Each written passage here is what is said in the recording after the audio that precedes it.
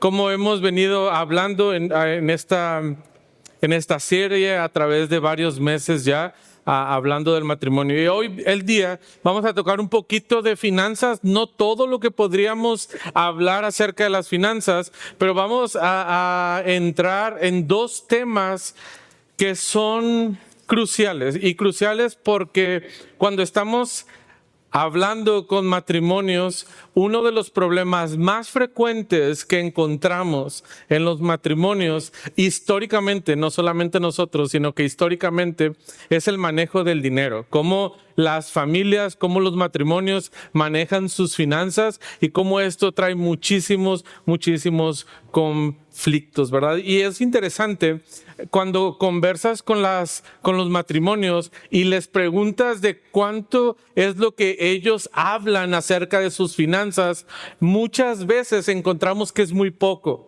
Aunque causa muchos problemas, se habla poco acerca de eso. Entonces, muchas parejas llevan años casados y no han tocado este tema.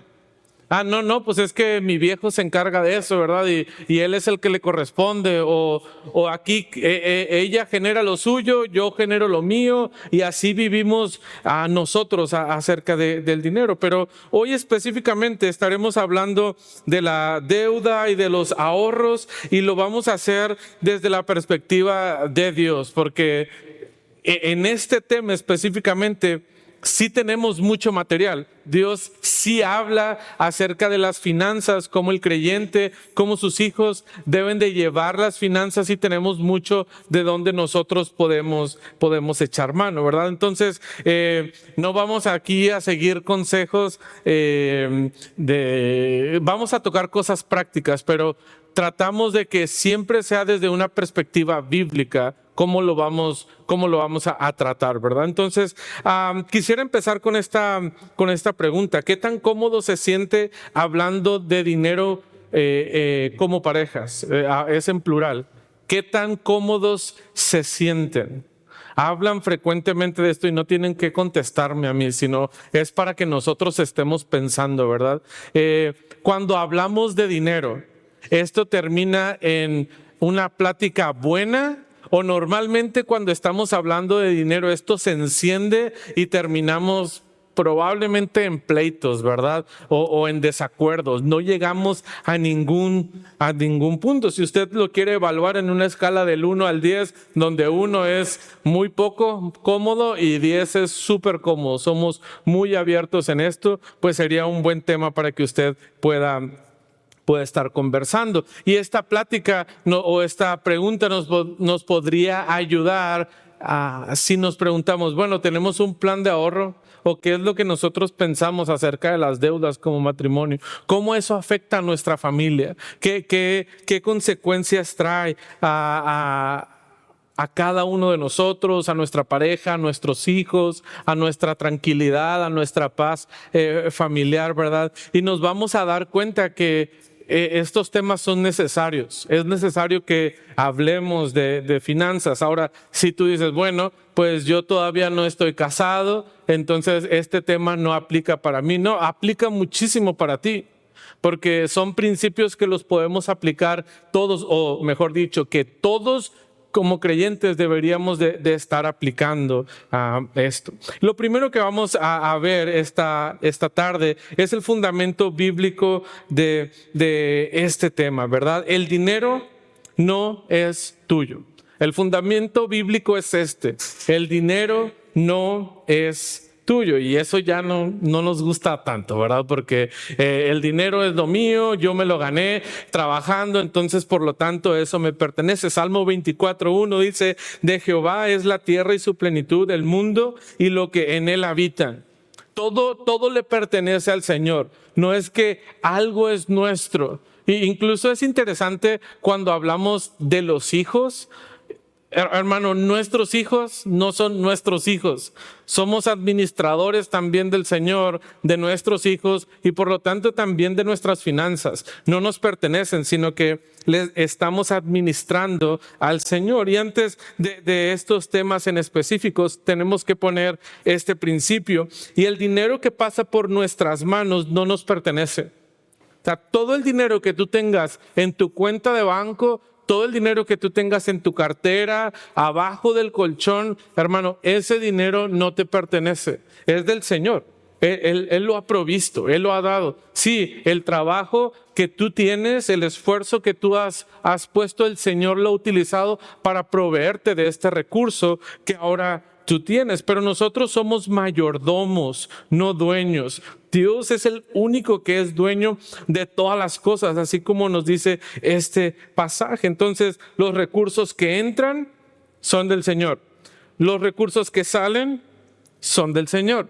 Los recursos que guardamos son del Señor. Por eso es tan importante que nosotros tengamos unas finanzas saludables, no para que podamos ser muy ricos o que seamos millonarios, sino para que seamos buenos administradores de lo que el Señor nos ha dado, como Él nos ha provisto de todas esas cosas. Entonces tenemos que darle cuentas al Señor, literalmente cuentas, ahora sí, ¿verdad?, de lo que Él nos ha dado y cómo es que nosotros lo hemos estado utilizando. Y esta es la base que como creyentes deberíamos de tener. No nos pertenece, solo lo estamos administrando para el Señor. Y vamos a entender esto con 3 verdades bíblicas del dinero que nos pueden ayudar. La primera de ellas es: el dinero es un siervo, no es un amo. Mateo 6:24 nos dice: no podéis servir a Dios y a las riquezas, porque o servimos a uno o servimos al otro. Y entonces debemos de estar conscientes que el dinero es un siervo, pero para muchos de nosotros el dinero ya se ha convertido en nuestro amo. Nosotros estamos dependiendo completamente de Él y el dinero es el que lleva el curso de nuestras vidas. Hermano, el dinero debemos entender que es una herramienta extraordinariamente útil cuando la usamos en base a los principios que el Señor nos ha dado para manejar nuestras finanzas, y entonces se convierte en una herramienta para el reino.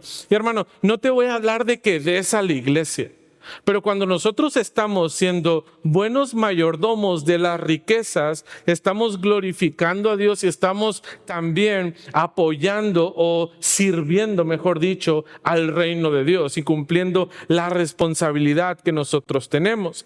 Entonces el dinero se convierte en un ídolo cuando el dinero te define, cuando el dinero te controla o nos da la seguridad que solamente Dios nos puede dar. Y hermanos, muchos de nosotros encontramos seguridad en nuestros ahorros. Casualmente, en lo que vamos a hablar ahorita, hemos puesto nuestra fe, nuestra tranquilidad y nuestra paz en el dinero. Y cuando nosotros lo ponemos ahí, en que nuestra cuenta de banco está bien acolchonada, está bien llena, hay un problema. Porque entonces estamos siendo esclavos de ese dinero y no lo estamos viendo como una herramienta. El matrimonio que vive entonces endeudado para mantener una imagen o que acumula mucho dinero, entonces es obvio que está viviendo para un siervo que es el dinero. Y hermano, ese es un tema muy grande el día de hoy, cómo vivimos para la imagen. Ahorita tocamos un poquito más el tema, pero esa es la primera verdad. El dinero es un siervo, no es un amo. Número 2, la fidelidad en lo poco es la prueba de la fidelidad en lo mucho. La fidelidad en lo poco es la prueba de la fidelidad en lo mucho. Lucas 16 nos dice: el que es fiel en lo muy poco, también en lo más es fiel. Bueno, si somos fiel con 5 pesos, vas a ser fiel a Dios con 5,000, con 50, con 500, y así le podemos seguir, ¿verdad? Pero tienes que ser fiel en lo poco que tú tienes. Eso es lo que el Señor demanda de sus hijos, que seamos fieles en nuestras finanzas, en lo poco o en lo mucho que nosotros tenemos, porque Dios mide esa madurez,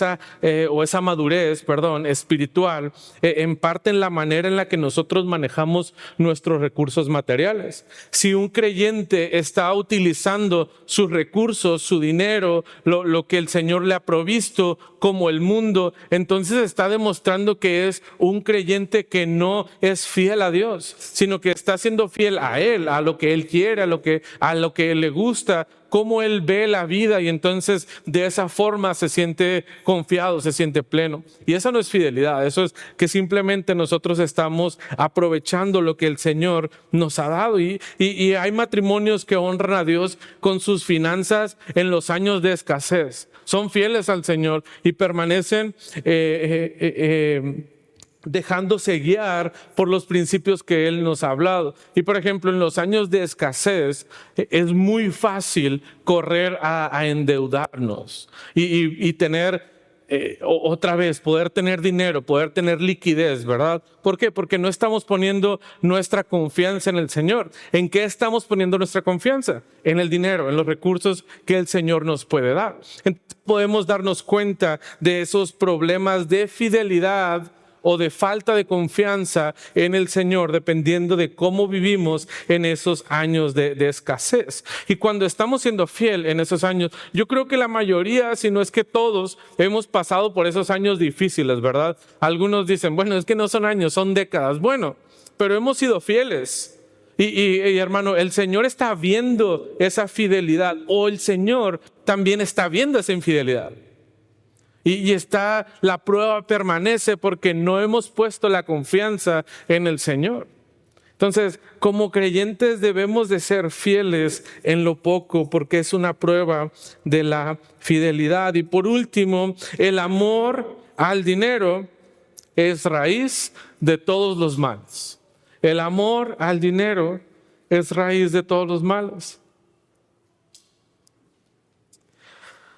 El problema no es el dinero. O sea, no es que tú tengas dinero. El problema es la actitud del corazón hacia él. Hermano, no estamos diciendo que si tu cuenta está bien abultada es pecado. No, para nada. Ahorita vamos a hablar de ahorros. Y eso significa entonces guardar dinero. El problema es cuando tú amas eso. Ahí hay un problema. Y esta cultura, hermano, de hoy en día nos grita que amemos el dinero, que amemos las posesiones. Pero ahí hay un problema muy grande, porque entonces esta actitud en el corazón se puede convertir en avaricia. ¿Qué es la avaricia? La avaricia es querer más de lo que se necesita. Yo quiero tener mucho de todo a veces. Eso es avaricia. Querer tener mucho más. Y luego está la persona que despilfarra, ¿verdad? Todo ese dinero, que no se preocupa en guardar, sino que se preocupa en tener para poder gastar, para poder tener y hacer, e incluso a veces estamos gastando lo que no tenemos. ¿Por qué? Porque nuestro corazón ama las posesiones, ama el dinero, ama el estatus, ama cómo la gente nos está viendo. Y esas son las expresiones que tiene un corazón que está dejándose guiar por el amor al dinero. El que ahorra, el que acumula, el que tiene que tener muchas cosas y mucho dinero específicamente, y el que está gastando todo el dinero. Esa es una actitud de un corazón mal, ¿verdad? De un corazón que está inclinado a el dinero. Si estamos manteniendo estas dos cosas, entonces va a producir un problema. Si esto no es una realidad en nuestras vidas, va a provocar muchísimos problemas. Hemos venido hablando en esta serie del matrimonio de una sola carne. Y queremos ver que nosotros somos una sola carne, pero cuando hablamos de una sola carne, también estamos hablando de una sola economía. Y ahí, hermano, ya entramos en un punto de discusión. Porque lo mío es lo mío. Y lo tuyo, ahí te la averiguas, ¿verdad? Y eso es un esquema en nuestros días económico muy popular, en especial en nuestra ciudad, donde se acostumbra mayormente, no estoy diciendo que por totalidad, pero mayormente en que los dos elementos del matrimonio, esposo y esposa, trabajan. Entonces cada uno de ellos puede manejar su economía, sus finanzas de forma individual e incluso por separado. Tú te encargas de esto, yo me encargo de esto, ¿verdad? Y yo tengo mis tarjetas y tú tienes tus propias tarjetas. Pero si nosotros tenemos esa mentalidad, realmente estamos viviendo como el mundo y no estamos dejando que estos principios bíblicos nos ayuden a que seamos una sola carne en todos los aspectos de nuestra vida. Y eso incluye las finanzas que nosotros estamos llevando a cabo, ¿verdad? Entonces, esto no significa una sola economía, que no vamos a poder hablar de dos cuentas de banco. Puedes tener 3 cuentas tú y 2 cuentas yo, y eso no significa que nuestra economía está separada. Estamos hablando de problemas de corazón. Las cuentas, hermano, no es que porque yo traiga 200 pesos en mi cartera y ella trae 300 pesos en su monedero, ahí ya es un problema. No, estamos hablando no de cuentas, no de separar los billetes, no de cuántas tarjetas cada uno de ellos maneja, sino un corazón de unidad, de estar juntos y de entender que Dios ha provisto para la familia y no para cada uno de ellos. Entonces vamos a ver cómo vamos a poder ahorrar y cómo vamos a poder luchar contra este problema muchas veces de la deuda juntos. Estamos ahorrando los dos en el matrimonio. Estamos saliendo de las deudas que tenemos los dos que pertenecen a este matrimonio. No tú una cosa, no yo otra cosa. Juntos como una sola carne y teniendo una sola economía en base a estos principios que nosotros tenemos. Vamos a ver entonces cómo se ve un matrimonio que ahorra. ¿Cómo vemos un matrimonio que ahorra? Y quisiera que recordaras conmigo el proverbio de la hormiga, ¿verdad? Proverbio 6, versículo 6 al 8, nos dice: ve a la hormiga, oh perezoso, mira sus caminos y sé sabio, la cual, no teniendo capitán, ni gobernador, ni señor, prepara en el verano su comida y recoge en el tiempo de la siega su mantenimiento. A veces nos enfocamos tanto en los personajes, en el personaje de Proverbios, ¿verdad? Hay una hormiguita y qué bonita se ve la hormiga ahí trabajando, y en nuestra mente pronto viene la filita de hormigas, ¿verdad? Que podemos encontrar. Y uno dice, mira bien, las hormigas bien trabajadoras. Pero el escritor de Proverbios no quiere que nos enfoquemos solamente en lo bonita que se ven las hormigas cuando están trabajando, sino que pensemos en la sabiduría que este proverbio nos está dando a nosotros. Y no veamos una curiosidad de la naturaleza, sino que veamos un modelo de sabiduría económico. Eso es lo que nos quiere alentar el escritor de Proverbios cuando pensemos en la hormiga que está trabajando para después segar y prepararse para esos tiempos que vendrán difíciles en su vida. Y ahora quisiera hablarles de esto. El ahorro bíblico no nace del miedo al futuro. No es que le tenemos un miedo a lo que vendrá. No, porque entonces eso se convierte en ansiedad. Y no estamos ahorrando porque somos ansiosos, sino que somos mayordomos responsables, que es reconocer los recursos del presente son para administrar con visión a largo plazo. Porque el Señor nos manda así. Bueno, tenemos un ejemplo muy claro. Tienes una historia muy conocida en el Antiguo Testamento. ¿Cuál es? ¿Quién? José. ¿Qué hizo José? Guardó un pedazo de todo lo que cosechaban, ¿verdad? Un 20% se guardaba. ¿Para cuándo? Para la escasez que vendría. Entonces, él no confiaba en el Señor. No, él usó la sabiduría que el Señor le dio. ¿Para qué? Para entonces tener esa visión a largo plazo. No pensó en, tenemos muchísimas semillas, tenemos muchísimos recursos el día de hoy, vamos a gastarlo todo. La verdad es que gastaron y que vivieron bien esos 7 años. pero usaron esa sabiduría que el Señor les había dado para prepararse. Y ese es el principio que estamos siguiendo cuando estamos hablando de ahorrar, pensar en esto. ¿Por qué no ahorramos? Este es un buen problema.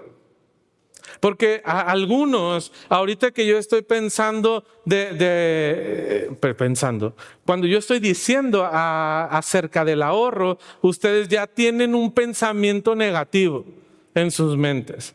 Y la primera respuesta del por qué no ahorramos es por lo que la mayoría está pensando. No me alcanza. Tú no sabes lo que yo gano. Tú no sabes el problema que yo... No me alcanza. Y quiero decir esto, hermano. Para muchos casos es verdad. Para muchos casos sí es verdad. No me alcanza. Pero para el otro 99% no es verdad. Él no me alcanza. No es que no nos alcance, sino que los gastos no están ordenados. Los gastos que nosotros estamos haciendo en nuestra familia no son ordenados. Por eso, cuando llega el momento de ahorrar, dices, caray, ya se me acabó el dinero. Bueno, hoy no ahorré. La siguiente semana será la quincena o el mes cuando me paguen. Ahí ahorro, pero ahorita no. Hermano, por eso, y no hablamos de este punto, pero es bien necesario que ustedes tengan un presupuesto. Es bien necesario que podamos tener un presupuesto, pero por eso es que no nos alcanza, porque empezamos a gastar y no tenemos idea de en dónde se nos va el dinero. ¿Te ha pasado eso? Que llega la quincena. 2 días después de la quincena dices,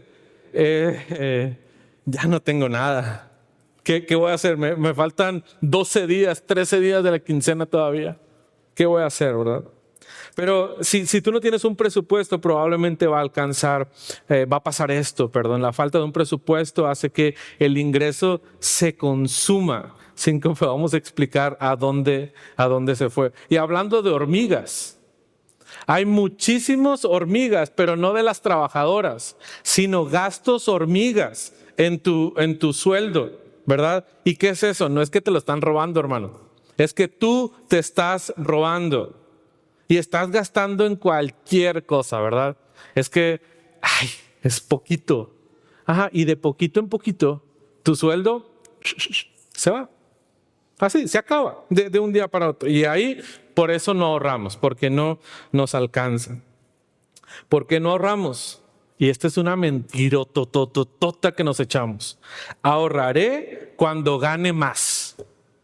Es que ahorita pues nada más son 5,000, pero cuando gane 10, 3 voy a ahorrar, 3,000 voy a ahorrar, seguro. Cuando gane más, ahí sí vas a ver cómo voy a estar ahorrando. Y hermano, lamento decirte que eso es una mentira, porque el hábito de ahorro no se construye con la cantidad, sino con la decisión. ¿Okay? No estamos hablando de cuánto ingresa, sino de cuán disciplinados somos en dejar ese dinero aparte y resistir la grandísima tentación de gastárnoslos. Es una decisión, no es de miles o de cientos que es el problema. Hermano, una pareja que no ahorra el 3% de lo que está ganando ahorita, tampoco va a ahorrar el 10% o ese mismo 3% cuando gane el doble de lo que está ganando en este momento. Esto de ahorrar es como ese músculo que se tiene que entrenar poco a poquito, ¿verdad? Y cuando estás haciendo ejercicio, no empiezas corriendo los 5 kilómetros. No vas a poder. Vas a tener que correr 100. Y algunos no vamos a poder ni los 100. Vamos a tener que correr 10 metros y vamos a ver nuestra vida pasar, ¿verdad? Así es el ahorro, hermano. Es algo tan difícil y no vas a poder correr el 5K de ahorros de un día para otro. Es poco a poco construir esa disciplina y nos creemos entonces esta mentira. Y el por qué no ahorramos Este es probablemente de los más grandes, el consumismo y la comparación. ¿En qué estamos preocupados ahorita? En mi carro, ya se ve viejo, en la ropa, estoy fuera de temporada, en el restaurante que todos están yendo a enseñar sus fotos en TikTok y yo no he ido, en el Fan Fest que tengo que ir para que vean que yo sí fui, para gastarme en el concierto, para gastarme en el viaje, porque tengo que hacer esto, porque tengo que hacer lo otro. Y hermano, a veces ni disfrutamos de esas cosas, pero empezamos a vivir para que otros vean lo que nosotros estamos haciendo. Y ahí se te va tu dinero. No puedes sostener este ritmo de vida. Y entonces existe esta presión de mantener el nivel. Es que vivimos en una ciudad que así vive. No es verdad. Tú puedes vivir de forma diferente. No necesitas eso. Para poder vivir a ese nivel, nos consumimos recursos que podrían convertirse en los ahorros de nuestra familia. Pero no, pues tengo que vivir de esta forma. Mira lo que dice acerca de esto, de la comparación, Proverbios. Proverbios 13:7, no lo puse ahí, perdón, pero les leo. Proverbios 13:7. Hay quienes pretenden ser ricos y no tienen nada.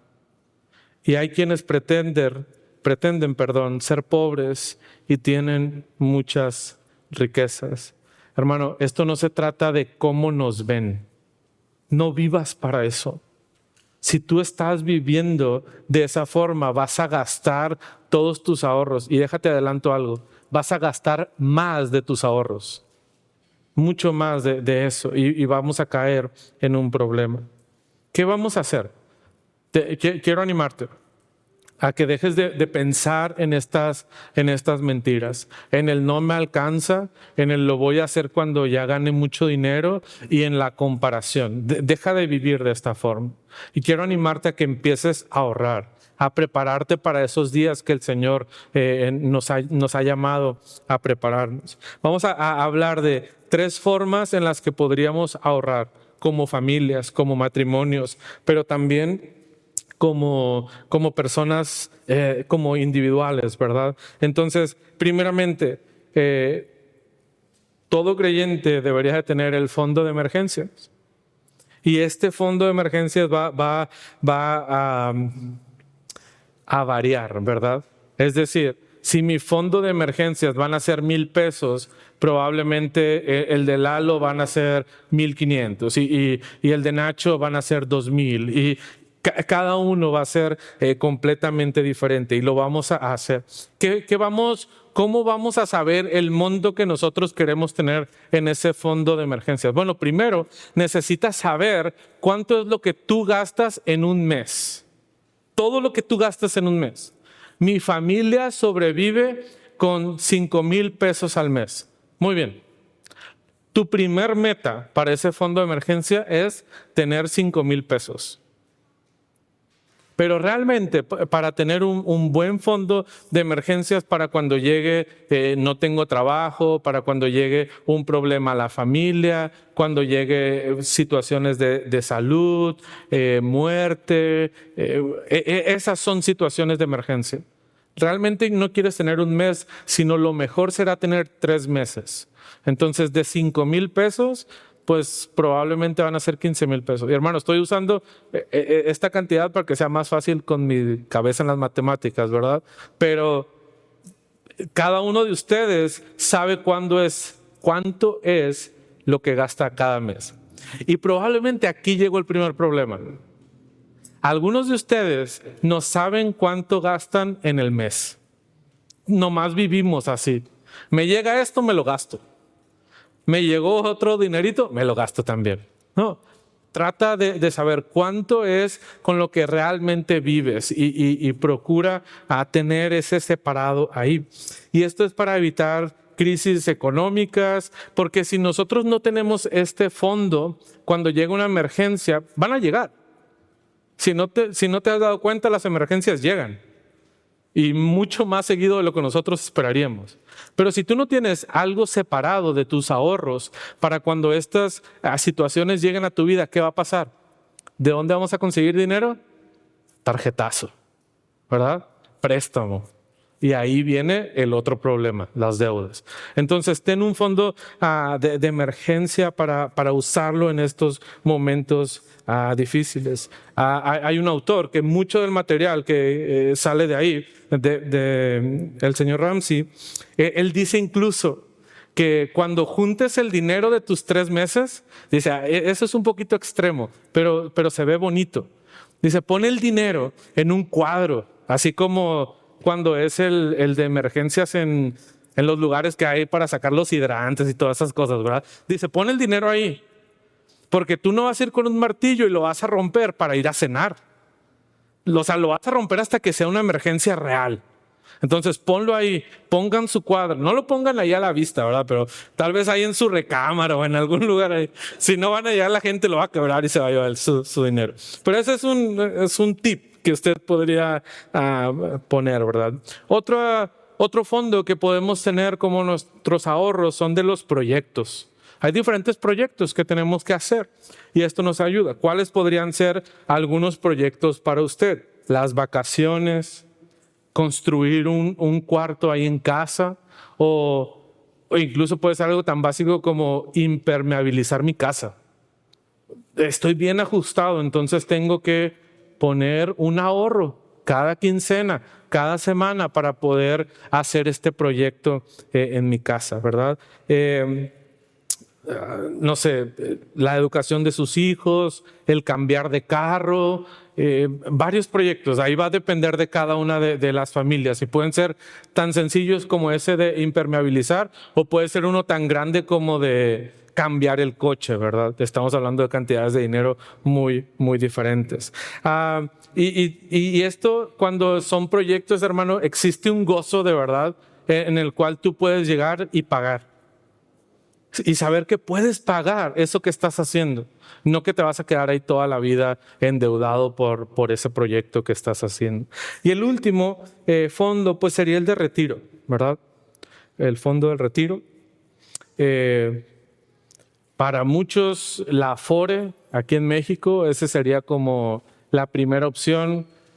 No será lo más sabio solamente confiar en eso, sino probablemente tendremos que comenzar a hacer otras aportaciones, ¿verdad? A una cuenta de banco o a algún fondo donde tú puedas estar pensando en tu retiro. Y te voy a dar un tip muy práctico. Cuando estamos haciendo esto de los ahorros, cuando te den el dinero o cuando lo recibas en el banco, ahí es el momento de ahorrar. No a media quincena. Sí, el ahorro, ¿verdad? No hay nada en el banco. Cuando te paguen, ahí sácalo o ponlo en un apartado, o hay el método de los sobres que puede parecer muy básico, pero de verdad si necesitas disciplina, ahí es. Esto es para este proyecto, esto es para esto es para esto otro, y eso nos podría ayudar bastante en cómo nosotros estamos ahorrando. Eso nos lleva al lado opuesto del ahorro, que son las deudas, ¿verdad? Que la deuda no esclavice tu matrimonio. Proverbios 22:7 dice, el rico se enseñorea de los pobres y el que toma prestado es siervo del que presta. Este pasaje es una descripción de la realidad. Hermano, estamos esclavizados, muchos de nosotros, a alguien. A alguien, o sea, tú le debes. La deuda va a ser crear una relación de dependencia. O sea, ya sea el banco, un prestamista, las tiendas pues comerciales se convierten en tus amos. ¿Sabes por qué? Porque cuando tu sueldo llega, ese sueldo que te llegó a ti ya no te pertenece en su totalidad. Hay un porcentaje que le pertenece a un banco. Hay otro porcentaje que le pertenece a una tienda. Hay otro porcentaje que le pertenece al señor que le pediste prestado. Hermano, tú ahora empiezas a trabajar para ellos. Velo de esta forma. Velo literalmente como una esclavitud moderna. No pienses que las deudas son neutrales. Es una restricción que tu familia tiene a la libertad económica, porque le debes. Es dinero de alguien más, ya no es tuyo. No veas como que ese dinero es tuyo. Ahora, quiero partir con esta pregunta. ¿Toda la deuda es pecado?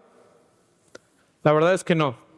La verdad es que no. La Escritura no prohíbe de forma tajante que no lo usemos, pero sí nos dice que seamos muy cuidadosos con esto, muy cuidadosos. Hay deudas que pueden ser instrumentos de bendición. Por ejemplo, comprar una casa es una deuda que tú adquieres para que eso sea de bendición. ¿Y cómo se convierte en una bendición? Bueno, pues tu familia tiene un lugar donde estar, pero también es un lugar que tú puedes utilizar para recibir a otros y para ser de bendición para otros. Entonces sí, es una deuda, pero normalmente y especialmente en la economía en la que vive nuestro país, probablemente podríamos decir, es una deuda que puede una familia tener. Y eso va a depender de cada quien, hermano. No te estoy diciendo que sí te puedes endeudar o que no te puedes endeudar en una casa. Solamente mi idea es que tú seas sabio en tomar estas decisiones. Y ahí vienen las deudas entonces que son trampa. Y algunos podrían decir que son pecado. Yo nada más te lo voy a poner ahí sobre la mesa. Pero algunos podríamos pensar, pues los créditos de consumo. ¿Cuáles son los créditos de consumo? Que su Coppel, que su tarjetita, que algunos pondrían aquí, y aquí se divide, por eso les digo, es cuestión de sabiduría. Algunos pondrían el carro como una deuda no tan aceptable, otros sí pondrían un carro como una deuda aceptable. Entonces, eso es de cada familia, pero debes ajustarte a los principios previos que vimos para no caer en estas trampas de las deudas, ¿verdad? Entonces, ¿cuál es la raíz de la deuda? Primero es que gastas más de lo que ganas. Por eso estás endeudado, porque estás gastando más de lo que ganas. Ajusta el cinturón de tu presupuesto para que no te estés gastando dinero que no tienes. Esta es la causa más común y la más simple. El presupuesto no existe, o hay algunos que sí tenemos presupuesto, pero es un Excel que está ahí guardado desde hace mucho tiempo, o es una hoja que hicimos y ni lo respetamos. Entonces, ¿qué pasa? Terminamos gastando más de lo que nosotros realmente estamos ingresando, y el dinero no es que por arte de magia aparece, es de alguien más. Y si lo estás gastando, pues entonces le debes ese dinero a alguien más. Y entonces la tarjeta se convierte en ese complemento del ingreso. ¿Y te das cuenta de la mentira? Hermano, una tarjeta de crédito no es un complemento. Es dinero de alguien más que tú estás gastando. Y ese alguien más te va a decir, oye, mi dinero más algo que yo te voy a cobrar por prestártelo. Los bancos no son buena onda. No, los de Plata me dijeron que sin interés, sin anualidad. Porque ojo con el interés que te están metiendo en esa tarjeta. Y en esa y en un montón, ¿verdad? Aquí no estamos defendiendo a ninguna marca o color o nada. Tú te tienes que dar cuenta que lo que estás gastando de más, alguien te va a decir, oye, me debes más mi comisión por darte ese dinero. Entonces debemos de tener cuidado. ¿Cuál es la raíz? Gastar más de lo que ganas. La otra raíz, la que vimos hace un momento, es la presión social. Pues es que mi compadre ya trae otro carro y nosotros traemos el mismo hace 5 años. ¿Nos encharcamos o qué? ¿Compramos otro o qué? Va a salir. Y si no, me meto ahí de Didi y lo completamos. Otra mentira. Mentira sobre mentira sobre mentira, ¿verdad? Pero es que pues también quiero traer un carro nuevo. O porque también quiero ir de vacaciones. Los niños no han salido de vacaciones hace 3 meses. Tenemos que sacarlos ya. El estatus, ¿verdad? El materialismo que a veces vivimos. Y lo que veíamos hace un momento, solo que ahora lo estamos volteando un poquito, es que no hay un fondo de emergencias. Entonces, y aquí es, si no hay una emergencia, tu familia está en el hospital, pues no le vas a decir, se me acabó el dinero. ¿Okay? Sáquenme al chamaco del hospital, ya no tengo más dinero. Hermano, ahí sí sacas la tarjeta y la pasas, ¿verdad? Ahora, ¿cuál fue el problema? Que no te preparaste antes. Ese es el problema. Y ahora vas a pagar las consecuencias, literalmente vas a pagar esas consecuencias. Esa es la raíz, hermano. Que no tenemos cuidado, que no tenemos... y ten cuidado porque cuando entramos en este ciclo puede convertirse en eso. Bueno, no tenemos, nos metemos en una deuda, no estamos ahorrando porque estamos en esa deuda. Cuando salimos, medio salimos y ya entramos a otro problema porque te dije, las emergencias siempre pasan. Y eso se convierte en un ciclo vicioso. ¿Cómo vas a romper ese ciclo? Vas a tener que recortar los gastos actuales que tú tienes para poder pagar rápido, para poder hacer ese fondo de emergencias que tú necesitas, ¿verdad? Entonces sí debemos de tener cuidado en estos aspectos de nuestra vida. Ten cuidado con esa raíz. ¿Cómo vamos a salir? Y esto no es algo que yo inventé, les digo, esto es un material que existe y que muchas personas han hablado. ¿Cómo vamos a salir de la bola de estas deudas que tenemos? La estrategia es la bola de nieve. Esa es como la más facilita que existe, ¿verdad? ¿Qué tenemos que hacer? Primero, enlista todas tus deudas. Esa puede ser una buena estrategia para hoy en la tarde, si no tienes nada que hacer. Entonces, yo tengo que ver el partido. Bueno, después de que veas el partido, ya que estés triste, te vas a poner más triste. ¿Verdad? Bueno, vas a estar muy contento, entonces es un buen momento para hablar de cosas muy tristes, ¿verdad? Te vas a poner a enlistar, hermano, espero que sean 2 o 3 renglones los que tienes que enlistar con tus deudas. Pero hay algunos que va a ser una lista muy larga la que tenemos que hacer. ¿Qué vas a poner en esta lista? Muy fácil. 3 cosas. Vas a poner, ¿a quién le debes? Ok, yo le debo a Electra. ¿Cuánto le debo? 15,000 pesos. ¿Cuánto es el pago que tengo que dar? Pagos chiquitos en Electra, ¿verdad? Entonces, 50 pesitos. Muy bien. Segunda fila, Coppel. ¿Cuánto le debo a Coppel? 20,000 pesos. ¿Cuánto es el pago que tengo que dar? No sé, 100 pesos. Okay. Y ahí te vas, así. ¿A quién le debes? ¿Cuánto le debes? ¿Y cuál es el pago que tú debes hacer? 3 columnas vas a hacer en esa hoja. ¿Qué vas a hacer entonces cuando ya tengas toda esa hoja? Ok, luego lo ordenas. Ordénalo de menor a mayor. No de los pagos, sino de la columna 2. La columna 2 es cuánto debes. Entonces, el que menos lo debes lo pones hasta arriba y al que le debes $500,000 lo pones hasta abajo. ¿Ok? De menor a mayor. Así lo vamos a ordenar. Luego, ¿qué vamos a hacer? Número 3. Pago mínimo en todos. Es un chorro, hermano. Usted no sabe la hoja que hice. Bueno, hermano, a todos le tienes que pagar. Es un dinero que ya te gastaste. A todos le tienes que pagar. Entonces le vas a pagar a todos el pago mínimo que pusiste acá. Pero al primero le vas a meter más dinero. Vas a dar el pago mínimo y un extra más. Y así te vas a ir hasta que logres terminar este problema, ¿verdad? El primero. ¿Qué sigue? Pues el segundo en la lista. Pero ¿qué es lo que pasa, hermanos? Porque algunos sí lo hacemos. Y entonces cuando vemos que ya pagamos el primero, dices, ¿me sobra lana? ¿Qué hacemos? Vamos a cenar hoy. Hoy vamos. No, para. Tú no vas a salir a cenar hasta que termines toda esa lista. Porque entonces lo que vas a hacer es, le sigues con el segundo y pagas el pago mínimo. Pero le vas a sumar lo que pagabas en el primero. Entonces ya se vuelve en un pago más choncho, ¿verdad? O sea, ya es más. Y así hermano, esto es un maratón. Esto no es un sprint, ¿verdad? Esto es, vamos a ir poco a poco tratando de eliminar las deudas. Bueno, ese era el siguiente punto, era transferir el pago a la que sigue. No te lo gastas, sino que transfieres el pago al que sigue.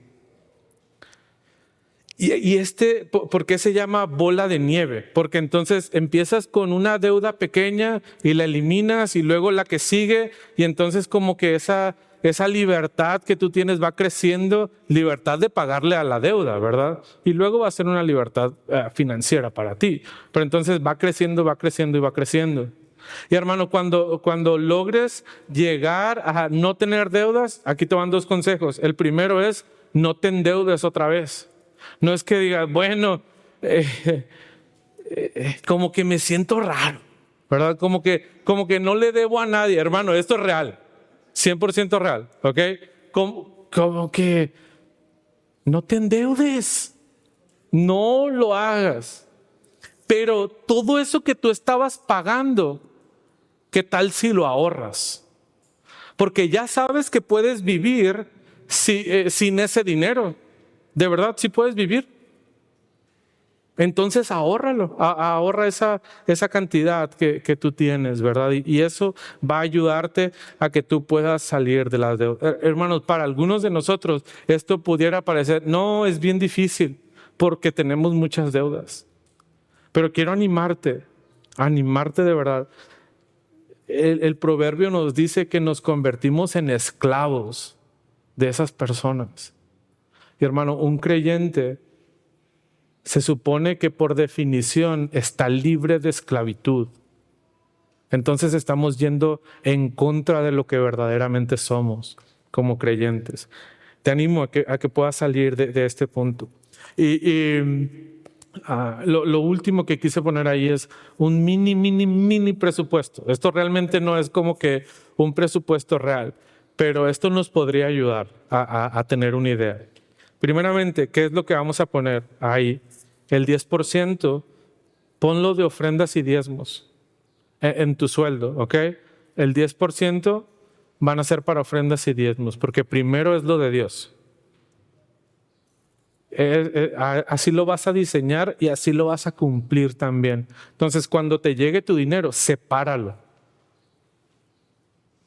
Porque luego llegamos aquí en el tiempo de las ofrendas y andamos viendo si traemos alguna moneda o algo. Y hermano, eso es lo que le corresponde al Señor, lo que tú debes darle al Señor. Y si tú quieres dar más, adelante. Solo es una propuesta que yo te vengo a hacer. Número 2, el 20% de tu sueldo serán para tus ahorros y para tus deudas. Probablemente si tú tienes muchas deudas, no va a existir el apartado de ahorros, sino que todo se va a ir a tus deudas en este momento, pero que sea el 20% de tu sueldo. Entonces aquí ya le quitamos el 30% a nuestros ingresos.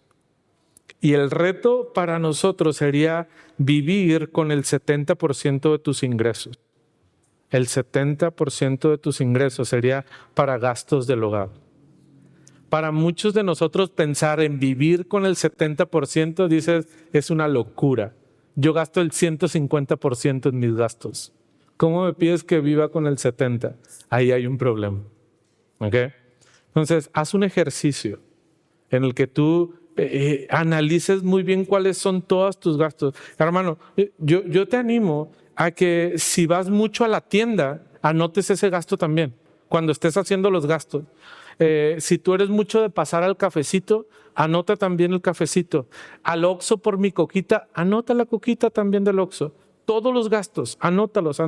Y ahí te vas a dar cuenta cuánto es lo que verdaderamente estás gastando. Y probablemente ahí vas a encontrar el error de lo que está pasando. Y luego haces la separación de tu dinero, ¿verdad? Y podría haber muchas cosas como herramientas que nos pueden ayudar a cumplir con esto. Probablemente algunos de ustedes tengan un mejor presupuesto, qué bueno. Si quieren compartirlo con otros, también está bien.